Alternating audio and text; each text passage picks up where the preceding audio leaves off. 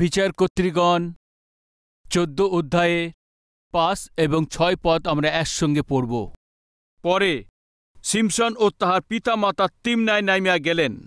তিমনানস্থ দাক্ষাক্ষেত্রে উপস্থিত হইলেন। দেখো, এক যুবা সিং সিমসনের সম্মুখবর্তী হইয়া গর্জিয়া উঠিল। তখন সদাপ্রভুর আত্মা তাহার উপরে সবলে আসিলেন। তাহাতে তাহার হস্তে কিছু না থাকিলেও তিনি শাকবর্ষ ছিঁড়িবার মতো ওই সিংহকে ছিঁড়িয়া ফেলিলেন। কিন্তু কি করিয়াছেন তাহা পিতামাতাকে কহিলেন না। সিমসন মনোনীত ব্যক্তি আছে, প্রতিষ্ঠিত করেছেন, পবিত্রতা সে পেয়েছেন।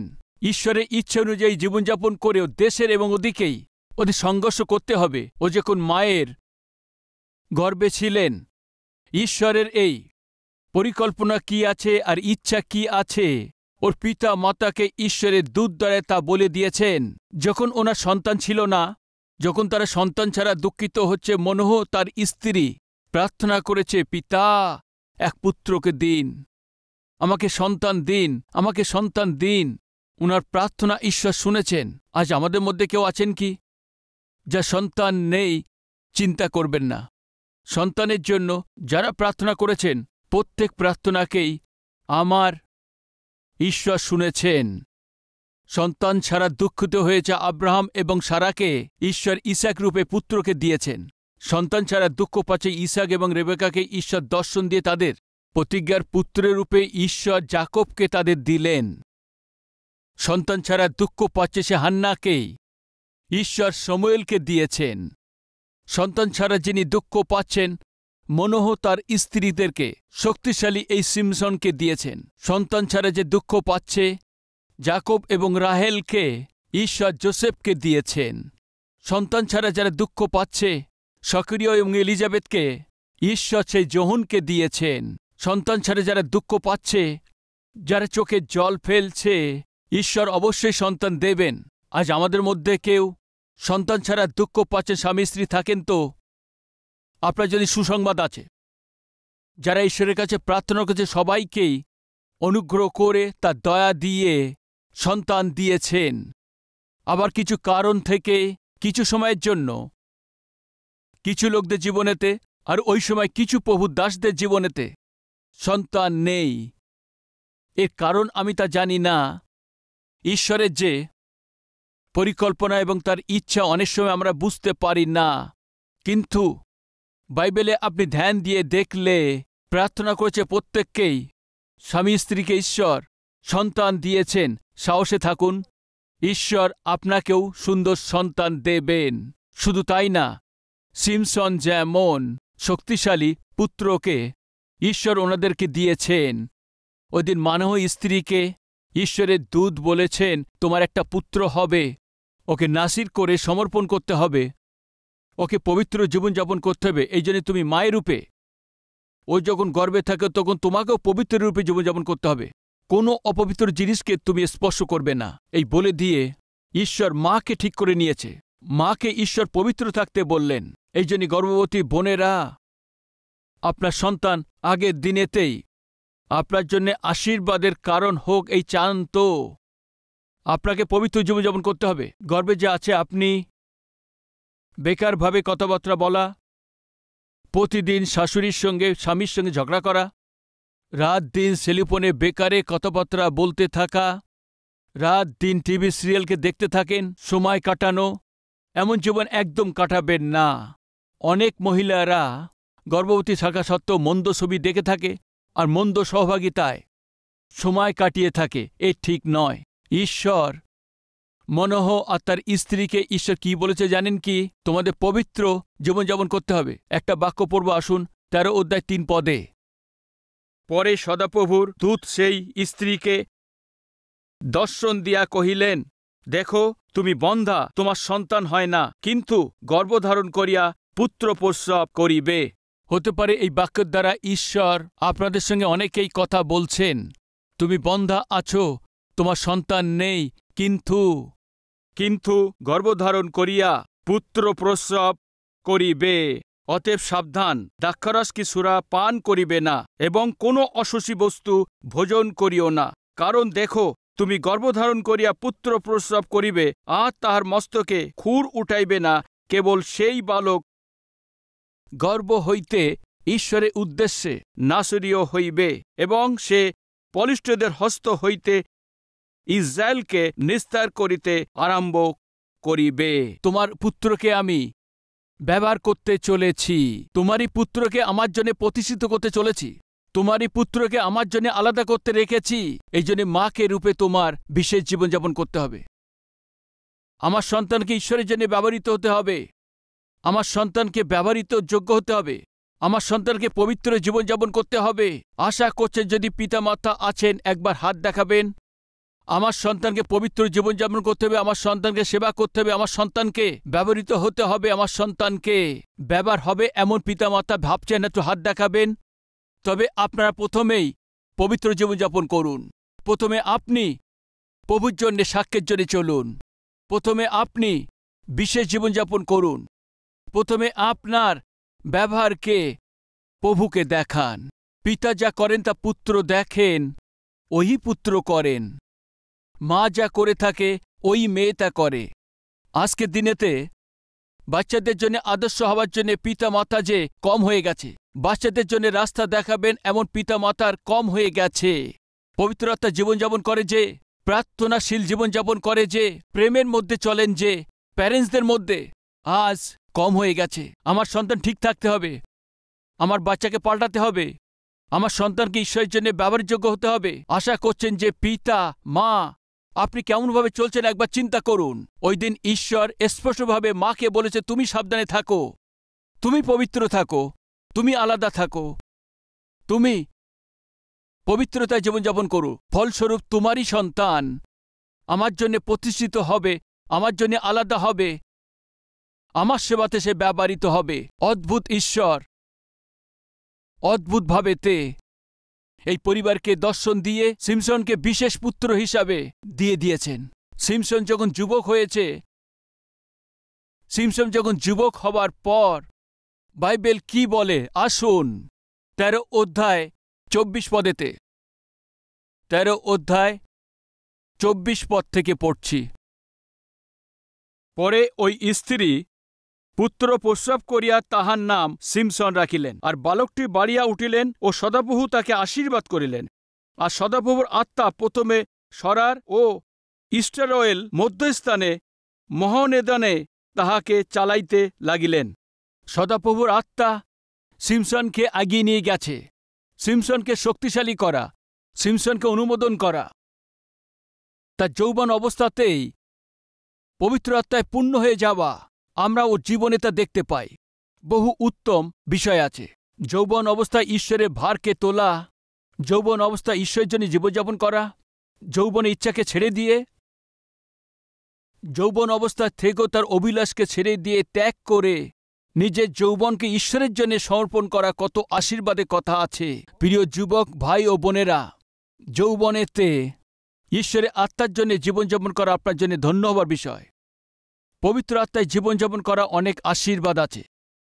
এই দিন সেবক এইভাবে দাঁড়িয়ে আজকে সেবা কাজের জন্য বাক্য বলছে, তো বিশেষ করে যৌবন অবস্থায় 17, 18, 19, 20, 21, 22, 23, 24 এই 8 এবং 9 বছর ঈশ্বরের অনুগ্রহতে এই নম্বর সেবককেই আপনার পালকের নিচে লুকিয়ে রেখেছে।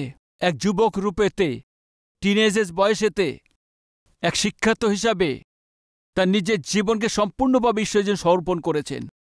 ছাত্রের জীবনে আমি পড়াশোনার সময় ঘণ্টার পর ঘণ্টা প্রার্থনা করেছিলাম। ছাত্রের জীবনে পড়াশুনো করার সময়তে ঘণ্টার পর ঘণ্টা বাক্য পড়তাম।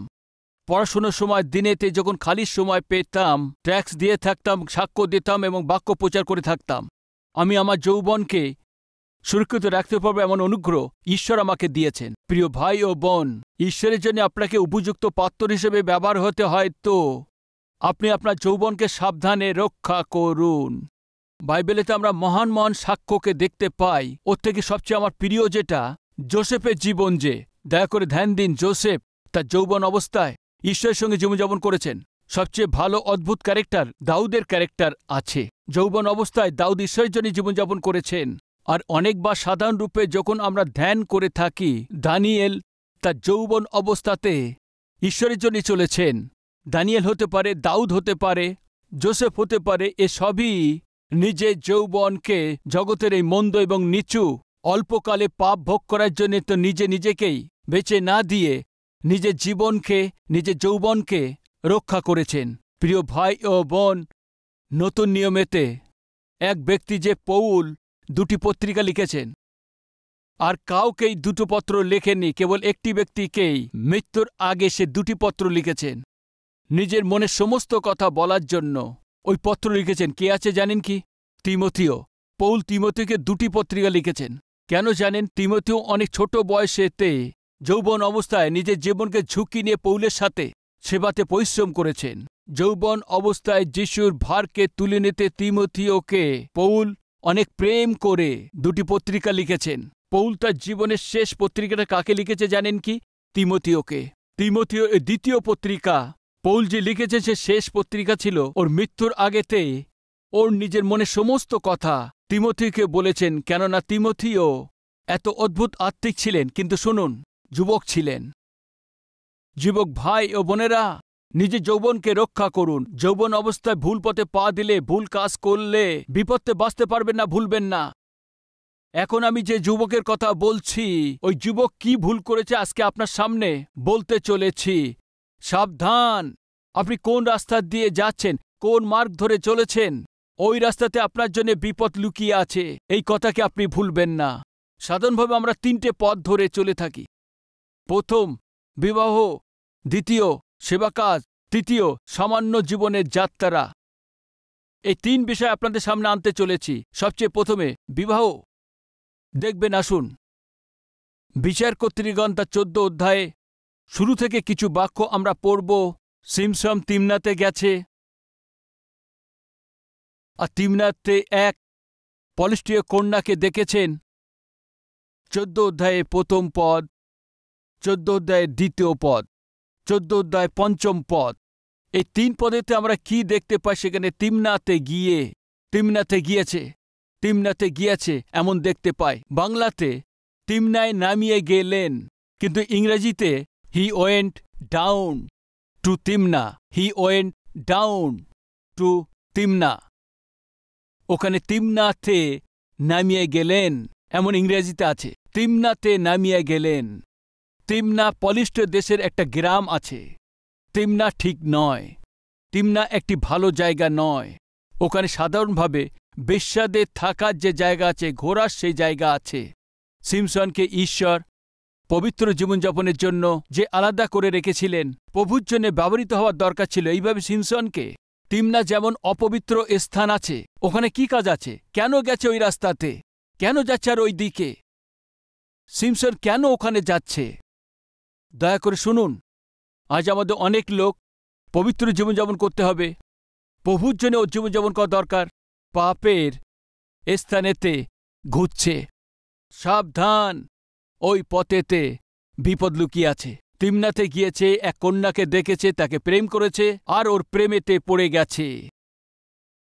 ঘরে এসে তার পিতা মাতাকে বলছে, আমি একটা মেয়েকে প্রেম করছি। কে আছে ও? পলিষ্টদের মেয়ে আছে। পিতামাতা বললেন, পলিষ্টীয় ঈশ্বরের বিরুদ্ধে আছে, ঈশ্বরে বিশ্বাস করে না, পরজাতীয় আছে। দেখবেন, আসুন 2য় পদ থেকে। পরে ফিরিয়া আসিয়া আপন পিতামাতাকে সংবাদ দিয়া কহিলেন, আমি তিমনায় পলিষ্টীয়দের কন্যাদের মধ্যে একজন রমণীয়কে দেখিয়াছি, তোমরা তাহাকে আনিয়া আমার সহিত বিবাহ দাও। তখন তারা পিতামাতাকে তাহাকে কহিলেন, তোমার জ্ঞাতিগণের মধ্যে ও আমার সমস্ত স্বজাতির মধ্যে কি কন্যা নাই যে তুমি অছিন্নতক পলিষ্টীয়দের কন্যা বিবাহ করিতে যাইতেছ? সিমসন পিতাকে কহিলেন, তুমি আমার জন্য তাহাকে আনাও, কেননা আমার দৃষ্টিতে সে মনোহরা। এ কি হচ্ছে পুত্র? তোমাকে মনোনীত করেছে, তোমাকে প্রতিষ্ঠিত করেছেন, তোমাকে প্রভুর জন্যই জীবনযাপন করতে হবে।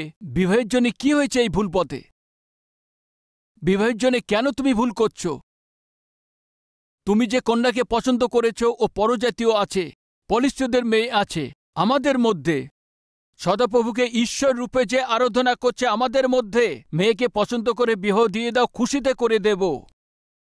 অছিন্নতকরা ঈশ্বরে কোনো কিছু মূল্য রাখে না। তারা যে পলিষ্টীয় কন্যাকে বিবাহ করে দাও বলেছ, ওর সঙ্গে বিয়ে করব বলছো। আমার কথা শোনো না, শুনবো না। দয়া করে পুত্র শোনো আমার কথা। না, শুনবো না। কি আছে এই জেদ? ও মেয়ে আমার পছন্দ আছে, ওর সঙ্গে আমি বিবাহ করব, ওই কন্যার সঙ্গেই বিবাহ করব। তোমরা কি করবে এটা আমি জানি না, কিন্তু ওই মেয়ের সঙ্গে বিবাহ দাও। প্রিয় ভাই ও বোন, সিমসন কে আছে জানেন কি? ঈশ্বরের আত্মাতে পূর্ণ আছে,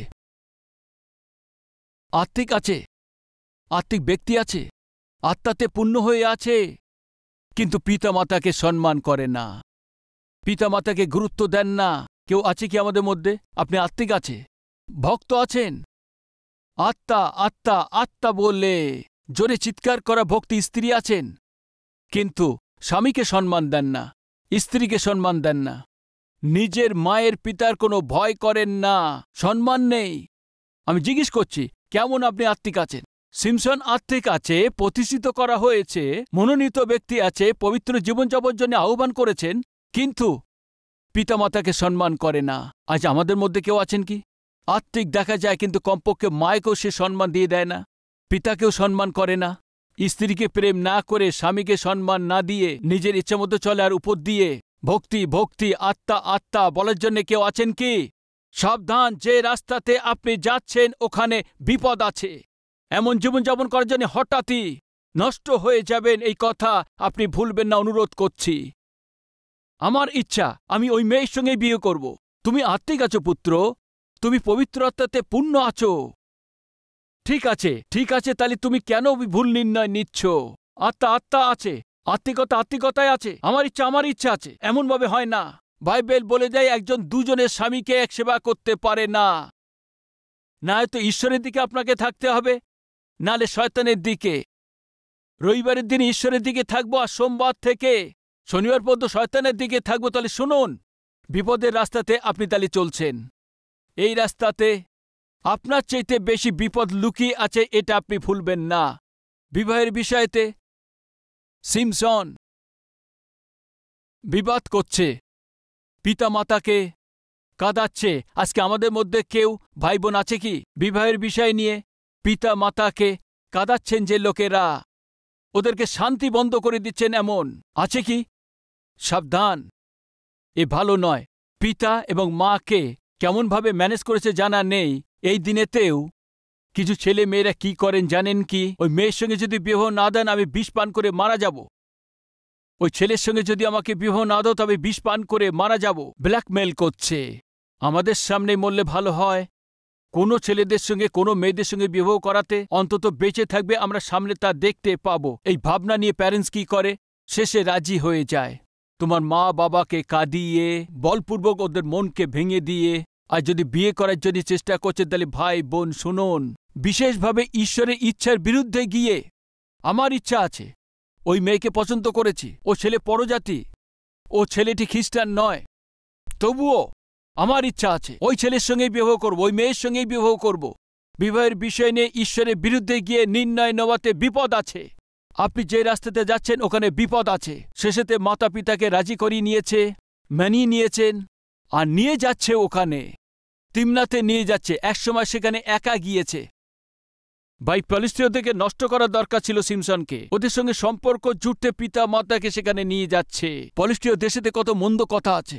পলিস্টীয়দের হাত থেকে ইসরায়েলদেরকে মুক্ত করতে, পলিস্টীয়দের নষ্ট করে ইসরায়েলদেরকে রক্ষা করার জন্য ঈশ্বর সিমসনকে শক্তি দেওয়াতে, নিজের বলকে ঈশ্বরের জন্য ব্যবহার না করে, নিজের যৌবনকে ঈশ্বরের জন্য ব্যবহৃত না করে, ভালোবাসা ভালোবাসা বিহ বিহ বলেই ঈশ্বরের ইচ্ছাকে ও অবহেলিত করেছেন।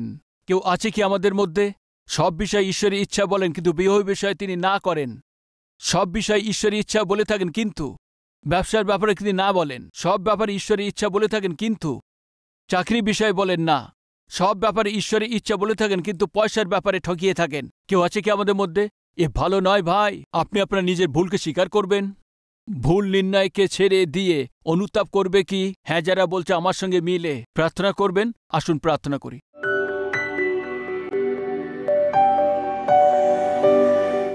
মহান পবিত্র প্রেমিক ঈশ্বর পিতা, যেখানে পবিত্র আত্মা ঈশ্বর থাকেন ওখানে সিদ্ধ বাক্য বয়ে যায়। ওখানে পাপকে দ্বিখণ্ড করে দেয়, ধার্মিকতার উপদেশ দিয়ে থাকেন, লোক অনুতাপের সঙ্গে প্রার্থনা করে থাকেন। পিতা জিরিয়তে যারা যাচ্ছে, ফিরে গিয়ে জেরুসালেমেতে চলে আসে। তর্শিসে যারা যে সেবক যায় তারা ফিরে এসে আপনাকে যে সেবা দিয়েছে আপনি জোনার মতো করবেন। পিতা আজকে আপনার উপস্থিতি যা বলেছে সে প্রার্থনা শুনে সিমসনের সমান ভুলভাবে যে পদক্ষেপ নিয়েছে ভাই বোনদেরকে ক্ষমা করে, পিতা এই সময় ওরা ভুলভাবে পা না ফেলতে পারে বন্ধ করে ওনাদেরকে আপনার দিকে আরো আকর্ষিত করুন। যীশু খ্রিস্টের নামেতে চাইছি পিতা, আমেন।